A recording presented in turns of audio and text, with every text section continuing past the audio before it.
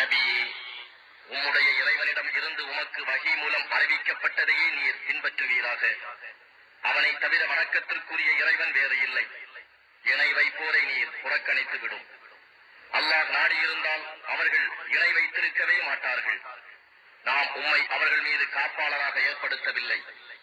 இன்னும் நீர் அவர்கள் காரியங்களை நிர்வகிக்கும் பொறுப்பாளரும் அல்லர். அவர்கள் அழைக்கும் அல்லாஹ் அல்லாதவற்றை நீங்கள் திட்டாதீர்கள்.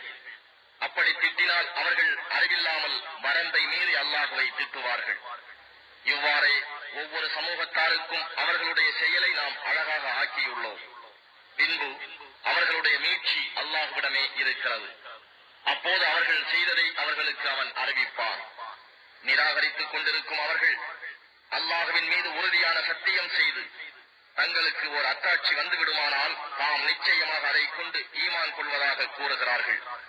நபியே, அவர்களிடம் கூறும், அத்தாட்சிகள் யாவும் அல்லாஹ்விடமே இருக்கின்றன.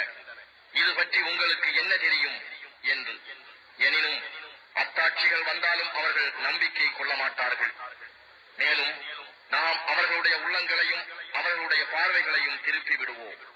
அவர்கள் முதலில் இதை நம்பாமல் இருந்தது போலவே இன்னும் அவர்கள் தங்களுடைய வழிகேட்டிலேயே தட்டழிந்து திரியுமாறு அவர்களை நாம் விட்டு விடுவோம்.